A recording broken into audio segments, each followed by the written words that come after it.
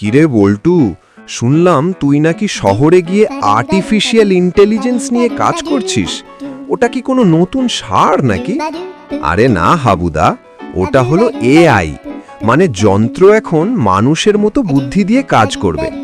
ধরো তুমি একটা রোবটকে বললে চা করে দিতে, ও ঠিক তোমার মতো চিনি দিয়ে চা বানিয়ে দেবে। বলিস কি, তা ওই রোবটটা কি আমার শাশুড়ির মতো ঝগড়াও করতে পারবে? না মানে প্রোগ্রাম করলে হয়তো পারবে, কিন্তু কেন? আরে বাবা, বাড়িতে একা একা ঝগড়া করতে গিয়ে আমার মেজাজ গরম হয়।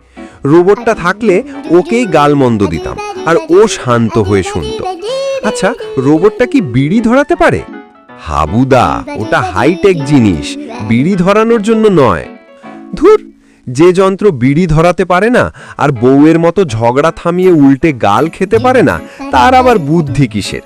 তার চেয়ে আমাদের পাড়ার পচাদা ভালো, অন্তত ফ্রিতে জ্ঞান দেয়।